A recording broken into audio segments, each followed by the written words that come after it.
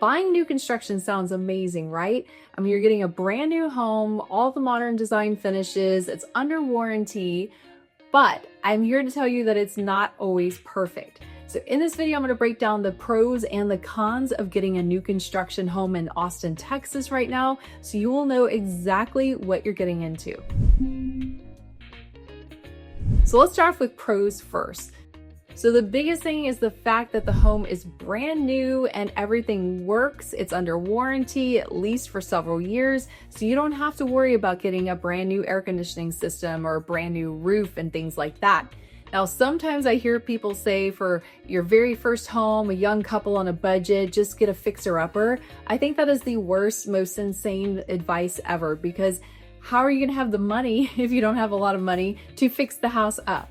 I feel like fixer-uppers are great for investors who have deep pockets or who have a strong background in construction.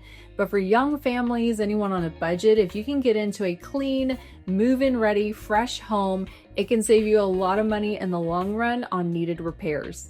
A second reason to go new is that the homes are going to be more energy efficient because they're built to today's standards. So you have fresh insulation, seals around the windows, and just overall better use of energy, which can cut down on monthly expenses on your utilities. The third thing is that depending on when you buy your home, you have more options to customize it. So especially if you're choosing to pick a lot and build your own floor plan and designs, you got full control. Sometimes with inventory homes, they may let you adjust a couple of different things on the interiors, but you can more likely pick out a home that's exactly the way you want it. Maybe change a few things, accent walls, minor things to make it your own, but otherwise you've got a beautiful product that doesn't need a ton of updating cosmetically. And finally, probably the biggest reason that 75% of our clients end up buying new builds is because of builder incentives.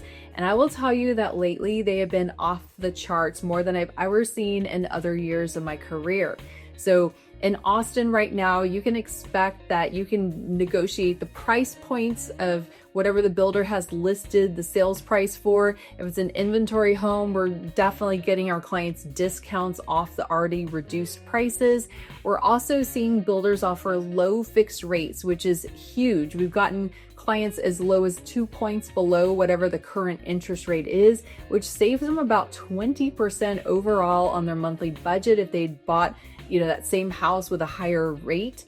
Or think of it as it lets them purchase a more expensive home. So it gives them about 20% more purchasing power. So if they were looking at a house that was $500,000, they weren't seeing a lot of options with a low fixed rate, they can now afford a home than a $550 price point, which might mean that they get the lot that they wanted, the bigger backyard, the fancier kitchen, and so on.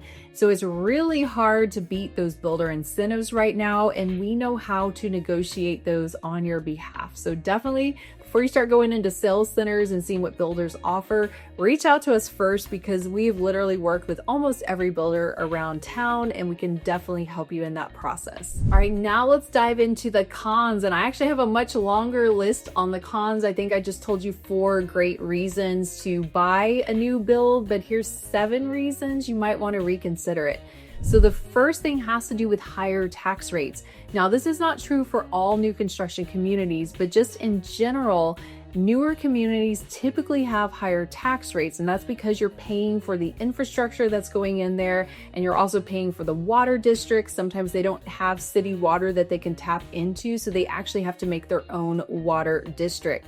So in the tax rates, you might see a MUD tax, which means municipal utility district. That's a bond that's being paid for the water district.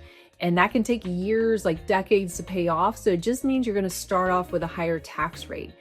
Other ones can be a little deceptive. Some communities might have a low tax rate, but then they don't tell you they have a PID or a public improvement district. Those are also a bond that is used to pay for infrastructure and future amenities, but it's not rolled into the taxes. It's a separate monthly fee. But unless you know to ask for these things, the PID could add another few hundred a month onto your payment, which makes it suddenly less affordable than what you thought. Now, some communities start off with low tax rates because maybe they don't have a water district. Maybe it's more rural, you have acre-sized lots and you have a septic and a well, or you're not paying for all that infrastructure. Others are located closer to city water, so they're able to just tie into those existing utilities. So it makes a big difference. We can also help you shop by tax rate in case you're worried about getting a new build that's too high on the taxes. Second thing that can discourage some people from buying new builds is that they can't customize everything. Unless you're really going with a luxury custom home where you have full control, a lot of the production builders that we work with are very limited on what they're going to offer you in terms of the floor plans. So if you're wanting to move walls, add extra doors and things, most builders are not going to do that. You might also be limited on some of the materials on the inside or styles and colors for cabinets and things like that. So just know there's limits on what you can customize. Now, a third thing that does bother me is that a lot of the new homes have very immature landscaping. And again, it depends on where the community was built. Were there a lot of natural oak trees there?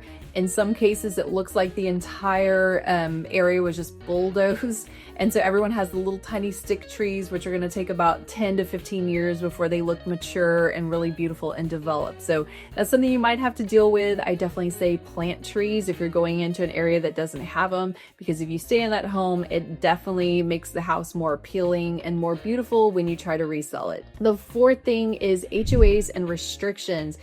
Almost all new construction homes are going to be in master plan communities, which always have an HOA. So if you're wanting the freedom to do your own thing, build storage units out in the back, or maybe put an ADU where you can rent it out, you're going to be limited on those kinds of things. They're definitely going to restrict how you take care of your yard and all those types of things. But I personally like HOA communities because it keeps everything looking nice and neat, and I also like having some of the amenities that they offer. But HOA fees can vary, so again, if you're trying to stick on a budget, we can help you shop for ones that have lower HOA dues so you're not going and breaking your budget. The fifth thing to watch out for when building a new home is that there are delays. So a lot of times if you're picking a lot and building from scratch, it can be 7 months or so, but if it rains, if materials get back ordered or something goes wrong, it could definitely roll later. So I always say err on the side of caution, but it can be frustrating if you're trying to move exactly on a strict timeline. Then new construction might be more of a challenge unless you can find a home that's almost already move-in ready. The sixth thing is not working with the right builder. So I've had the fortune in my career of working with almost every builder in the Austin area, especially all of the production builders, and there's been great experiences, there's been not great experiences, and I personally know agents that have had other bad experiences that weren't with my clients, but I can share those stories and give you my personal recommendation on which builders I think are better quality in terms of just their craftsmanship, their design, their warranties, even their ability to negotiate. We've had some builders that are beautiful, great builders, but they're just really sticklers on their pricing. But there could be a builder nearby that to me is just as beautiful and they will negotiate much harder. So we can give you all the inside scoop when you're looking at specific builders. And the last thing, number 7, is the commute time and location, because most new construction communities are going to be out in the suburbs. If you're wanting a brand new home right in the center of Austin, you're not going to find it unless you're finding a home where somebody tore down an old existing house from the 1940s or 50s and then they flipped it and put a big, beautiful, modern home on it. I can also tell you that those homes are going to be really expensive. They're usually way over $1 million the closer you are to downtown, and it's not going to be in a master plan sort of community. So if you're looking for something in a certain price range, expect to be commuting either from the Lake Travis area, Dripping Springs, up north, Hutto, Leander, Georgetown, out south, Buda, Kyle.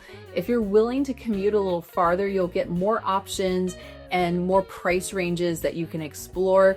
But again, if you're wanting to be right close to downtown or something, it's going to limit your options where you're probably going to end up in a resale community. There's also some key differences between new build contracts and resale contracts, which I will explain in another video, because builder contracts are designed specifically by their attorneys to protect the builders, but that's a whole other topic for another video. So to summarize, buying new construction definitely has its perks. Again, that's what most of our clients decide to do, but it also comes with a lot of challenges that you need to just be prepared for and to fully understand so you don't end up making a decision you regret. Now, if you want to break down all of my warnings and have a list in one place, I have developed a new construction guide that's free. You can download it. It's linked in my caption below. And if you found this video, make sure you like it and subscribe to this channel because we will be dropping neighborhood tours, builder reviews, and other new construction tips videos like this one.